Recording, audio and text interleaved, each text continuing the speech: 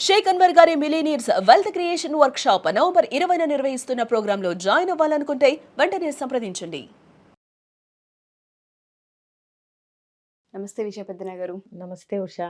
ఆడపిల్లలు అవమానాలను అసలు ఏ విధంగా ఎదుర్కోవాలి అంటారు? ఎందుకంటే ఈ మధ్య కాలంలో ఏ చిన్న ఇన్సిడెంట్లో అవమానంగా ఫీల్ అయినా వెంటనే ఎస్కేప్ అవుతున్నాం దాని నుంచి. తీసుకునే తత్వాన్ని ఏ ఆడపిల్లలు కూడా ఇంప్రూవ్ చేసుకోవట్లేదు, దాని నుంచి ముందుకెళ్ళాలని ప్రయత్నం చేయట్లేదు, అక్కడే ఆగిపోతున్నాం. మేబీ ఇది కరెక్టేనేమో, నాకు అందుకే అవమానం జరిగింది అని. బట్ అలా కాకుండా అవమానాన్ని ఏ విధంగా తీసుకొని ముందుకెళ్ళాలి అంటారు లైఫ్లో? ఎందుకు, ఎలా అవమానించబడ్డాం, ఎవరితో అనేది కూడా ఇంపార్టెంట్ ఉషా. అంటే no one can make you inferior without your consent అంటారు. అంటే నీ అనుమతి లేకుండా నిన్నెవరో అవమానించలేరు, అదొకటి. నీ అనుమతి లేకుండా, నీ చాయిస్ లేకుండా ఆ అవమానం యొక్క ఇంపాక్ట్ నిన్ను బాధించదు. అర్థమైందా? అంటే అవమానాన్ని నువ్వు ఎలా చూస్తున్నావు అనే దాన్ని బట్టి. ఇప్పుడు సున్నితమైన మనసు ఉన్నాళ్ళు అనుకో, అదే విషయానికి ఎక్కువ బాధపడతారు, ఓవర్ థింక్ చేస్తారు, 2 రోజులు దాని మీదే పీక్కుని లాక్కుని ఉంటారు. అదే గెట్ ఆన్ అయ్యి దాన్ని కొంచెం స్ట్రాంగ్ మైండ్ ఉన్నాళ్ళు అనుకో, దానికి ఎంత విలువ ఇవ్వాలి, అందులోంచి ఏం నేర్చుకోవాలి, అది చేసిన వాళ్ళు ఎవరు, హూ అండ్ వై, అసలు మనల్ని అవమానించింది ఎవరు, ఎందుకు అవమానించారు, ఈ 2 క్వశ్చన్లు వేసుకోవాలి ప్రతి వాళ్ళు ఒక అవమానం ఎదురైన వెంటనే. అంటే దాని నుంచి నువ్వు పాఠం నేర్చుకోవాలంటే కనుక. సో ఎవరు ఇక్కడ, ఎవరు అన్న దాన్ని బట్టి కూడా ఆ అవమానం యొక్క ప్రభావం మన మనసు మీద ఎంత ఉంటుంది అనేది కూడా డిపెండ్ అవుతుంది.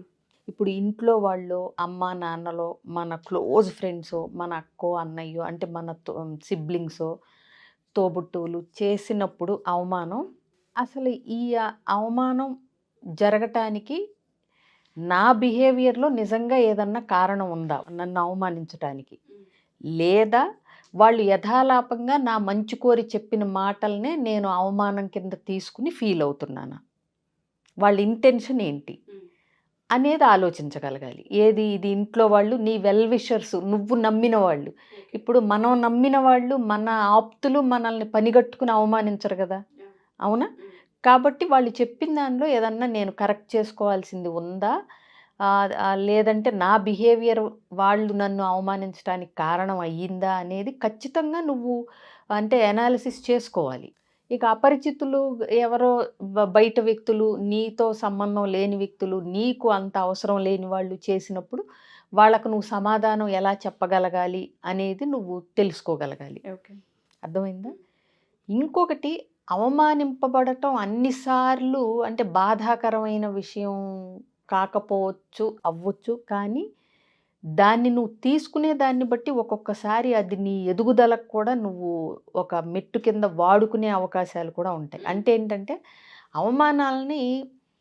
అవమానం వల్ల మనసు గట్టిపడుతుంది.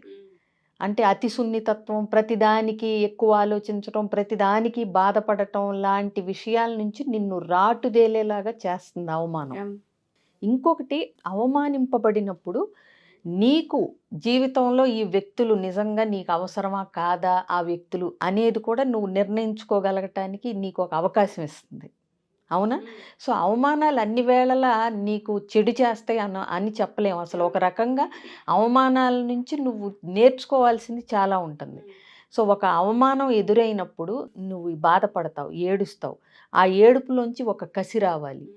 అవమానించిన వ్యక్తులు నిన్ను అభిమానించేలాగా చేసుకోగలగటం నీ చేతుల్లో ఉంటుంది. అంటే వినే ఉంటావు మీరు, ఇంకంటే అప్పటికి మరి చిన్నపిల్లలు కాబట్టి విన్నారో లేదో, 1989లో జయలలిత అపోజిషన్ లీడర్గా ఉన్నప్పుడు అసెంబ్లీలో అవమానానికి గురవుతుంది. దురై మురుగన్ అని చెప్పి ఆయన చీరలాగారు అనేది ఒక ఇన్సిడెంట్. అందులో నిజాలు మనకు పక్కన పెడితే మొత్తానికి ఆవిడ చీర ఊడిపోవటం అన్నది నిజం. అది ఇక పొలిటికల్గా మనకొద్దు, అంటే అది వీళ్ళే ప్లాన్ చేశారని, వాళ్ళు కావాలని అవమానించారని వీళ్ళు విషయం పక్కన పెడితే, ఆ రోజు ఆవిడ అవమానానికి గురైంది చీరలాగబడి, అది నిజం. అయితే ఆవిడ దాన్ని ఇప్పుడు మామూలుగా అయితే కనుక అమ్మో ఇంతటి అంటే పొలిటికల్ వీళ్ళందరి మధ్య ఇంతమంది మగవాళ్ళ మధ్య నేను ఒక్కదాన్ని నెగ్గుకు రాలేను, నాకు అవమానాలు ఎదురవుతున్నాయి, చీర కూడా లాగబడింది, రేపు ఇంకేమంటారో ఇంకేం చేస్తారో అని గనక ఆవిడ అవమానాన్ని ఒక ఎక్కువ బాధపడి తను ఎఫిషియెంట్ కాదు, ఈ అవమానానికి కాన్సిక్వెన్స్గా నేను ఈ పొలిటికల్ దీన్ని మానేయాలి కెరీర్ని అనుకోకుండా ఆవిడ పట్టుదలగా ఆవిడ దాంట్లోంచి ఆవిడ కసిగా ఆవిడ ఏమందంటే, నేను మళ్ళా ఈ అసెంబ్లీలో అడుగు పెట్టను, ఎప్పుడైతే ఒక స్త్రీకి ఇలాంటి జరగదు అని అనిపించేంత వరకు, అలాగే నేను సీఎంగా ఉండి ఆ మార్పు తెచ్చేంత వరకు ఈ అసెంబ్లీలో అడుగు పెట్టను అనేలాంటి ఒక కసి తెచ్చుకుంది ఆ ఏడుపులో నుంచి, ఆ అవమానంలోంచి. సో ఇప్పుడు మామూలుగా ప్రతిపక్ష నేతకి ప్రతి ఒక్కళ్ళకి నెక్స్ట్ ఎలక్షన్స్లో గెలవాలనేది మామూలుగానే ఉంటుంది, కానీ ఈవిడికి అవమానంతో కూడిన కసి అనేది ఈవిడికి ఎక్స్ట్రా ఇన్స్పిరేషన్ కింద అయింది. అవునా, నన్ను అవమానించిన చోటే అంటే కట్టెలమ్మిన చోటే పూలమ్మాలి, నేను అవమానించబడ్డ జనాలతోనే జై కొట్టించుకోవాలి మేడం మేడం అని చెప్పి అనేది ఇంకా ఎక్కువ మోటివేషన్. అంటే ఆ కెరీర్లో ఆ సీఎం అవటానికి కావాల్సిన సమకూర్చుకోవటానికి కానీ ఆ బలంగా అనిపించడానికి ఈ అవమానం అనేది ఖచ్చితంగా ఒక ఫ్యాక్టర్ అయి ఉంటుంది ఆవిడకప్పుడు. అవునా, ఇట్లాగే ఆడవాళ్ళని అవమానించే వాళ్ళు చాలామంది ఉంటారు. ఎక్కడో దాకెందుకు మళ్ళీ ఈ మన మమతా బెనర్జీ ఆవిడని కూడా ఒక BJP leader you or worst than a prostitute అన్నాడు. అది ఎంత పెద్ద మాట. అవునా, ఆవిడ దానికి ఆ రోజు కంటతడి పెట్టుకున్నారు. ఇట్లాంటి అవమానాలు ఎదురైనప్పుడు ఆడవాళ్ళకి ఎంత పొజిషన్లో ఉన్నా సరే అవమానాలు అనేవి ఎదురవుతూనే ఉంటాయి ఎక్కడికక్కడ ఏ సర్కిల్లో. అంటే ఇప్పుడు అపోజిషన్ లీడర్గా ఉండటం ఎంత అంటే తక్కువ విషయం ఏం కాదు కదా. అవునా, అంటే నెక్స్ట్ సీఎం క్యాండిడేట్ ఎలక్షన్లో ఏదన్నా అయితే opposition leader will be the CM. అవునా, అట్లాంటి స్థాయిలో ఉన్న ఆడవాళ్ళు కూడా అవమానాలకి గురవుతూనే ఉన్నారు, స్థాయి స్టేటస్తో సంబంధం లేకుండా. అవునా, అలాంటప్పుడు ఆడపిల్లలు కానీ ఆడవాళ్ళు కానీ అవమానాన్ని తీసుకుని ఇంకా మేము ఇంతే, వాళ్ళు అవమానించారు కాబట్టి మనం దేనికి పనికిరాం, మనకేమీ చేత కాదు అని అనుకోవాల్సిన పని లేదు. ఆ అవమానాన్ని మెట్టు కింద చేసుకుని నువ్వు ఎదిగి అవమానించిన వాడే నీకు సలాం కొట్టేలాగా నువ్వు తయారవ్వటానికి ఈ అవమానాన్ని ఒక మోటివేషన్ కింద నీకెప్పటికప్పుడు గుర్తు రావాలి. అది ఈ అవమానాన్ని నేను తొలగించుకుని పైకి రావాలి, మళ్ళీ నేను అవమానం అనే బురదలో నుంచి పైకి వికసించిన కమలంలాగా నేను బయటికి రావాలి అని ప్రతి ఆడపిల్ల ఎప్పుడైతే అనుకుంటుందో అప్పుడు ఈ అవమానాలను పెద్ద సీరియస్గా అంటే చేతగాని తనంగా భావించాల్సిన పని లేదు. అవమానాలే అప్పుడు మెట్లు అవుతాయి. అర్థమైందా? కాబట్టి అవమానింపబడినప్పుడు అన్ని రకాలుగా ఆలోచించుకోవాలి. నిజంగానే అవమానింపబడటానికి మన వైపు నుంచి కారణాలు ఉన్నాయా, అవి కరెక్ట్ చేసుకోవాలి. ఎప్పుడూ కూడా అవతల వ్యక్తికి అవమానించేంత చనువు కానీ అధికారం కానీ నువ్విస్తేనే వస్తాయి అనేది మనం గుర్తుపెట్టుకోవాలి. కాబట్టి నేను ఫస్ట్ చెప్పిన సెంటెన్సే అది, no one can make you inferior without your consent.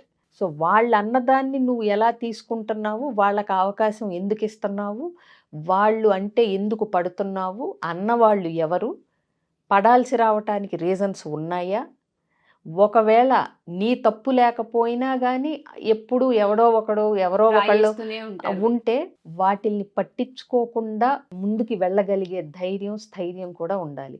ఏనుగెళ్తుంటే 100 కుక్కలు మురుగుతాయి. అవునా, ప్రతి కుక్కకి సమాధానం చెప్పాల్సిన పని లేదు. అవునా, నీ పని నువ్వు చేసుకో. అవి భయపడి మొరగొచ్చు, అంత హ్యూజ్గా దానంత స్థాయి లేనందుకు మొరుగుతూ ఉండుండొచ్చు. అవునా, వాటి నైజం మొరగటం కాబట్టి మొరుగుతూ ఉండుండొచ్చు. నన్ను చూసే మొరిగిని అని మనం ఎందుకు అనుకోవాలి? అసలు కుక్కలు అన్నాక barking is there nature.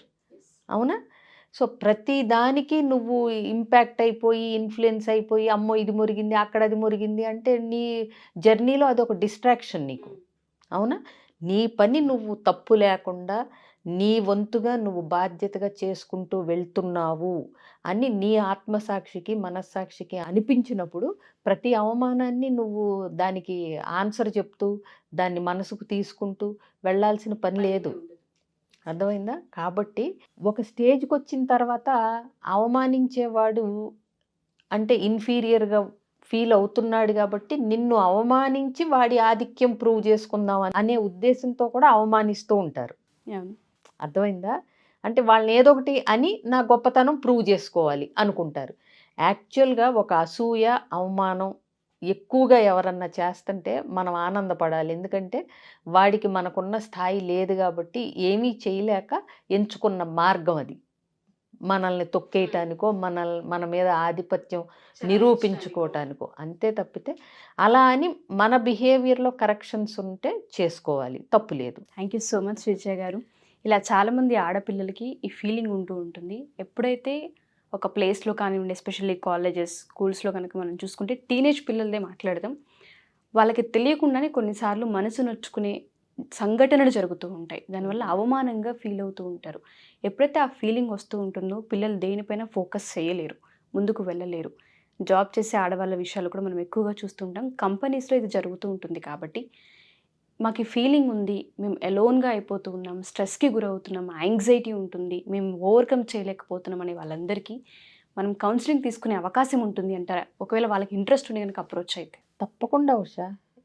Screen మీద కనిపిస్తున్న నెంబర్ కాంటాక్ట్ చేస్తే అన్ని డీటెయిల్స్ నా అపాయింట్మెంట్తో సహా ఫిక్స్ చేసి డిస్కస్ చేసి మాట్లాడొచ్చు. ఎప్పుడు వీలవుతుంది ఆ ఆర్గనైజేషన్స్ కానీ స్కూల్స్కి కానీ అన్న దాన్ని బట్టి తప్పకుండా ఆ స్కూల్ పిల్లలకి పర్టిక్యులర్గా ఏ మాడ్యూల్ మీద సెషన్ అవసరం అవుతుంది లైఫ్ స్కిల్స్కి సంబంధించి అని వాళ్ళకి కనుక క్లారిటీ ఉంటే అప్రోచ్ అయితే కనుక తప్పకుండా దాని మీద వాళ్ళకి సెషన్ చేయటం జరుగుతుంది. Thank you ma'am. Thank you so much. So ఎవరైనా సరే మా వీడియో చూసిన తర్వాత కనుక మీకు ఇటువంటి ఫీలింగ్ ఉండి దాని నుంచి బయటపడలేకపోతున్నామని మీకు కనుక అనిపిస్తే, అండ్ దాంతోపాటు స్కూల్స్ కానివ్వండి, కాలేజెస్కి కానివ్వండి, యాజమాన్యాలు ఎవరైనా సరే మా ఎపిసోడ్ చూసి పిల్లలకి ఈ స్కిల్ని డెవలప్ చేయాలని మీకు కనుక అనిపిస్తే ఖచ్చితంగా మేము సెషన్స్ తీసుకోవడానికి రెడీగా ఉన్నాం. మీకు ఏ డీటెయిల్స్ కావాలి అనుకున్నా కింద స్క్రోల్ అవుతున్న కాంటాక్ట్ నెంబర్ని కాంటాక్ట్ చేస్తే మీకు పూర్తి వివరాలు అందిస్తారు. Thank you.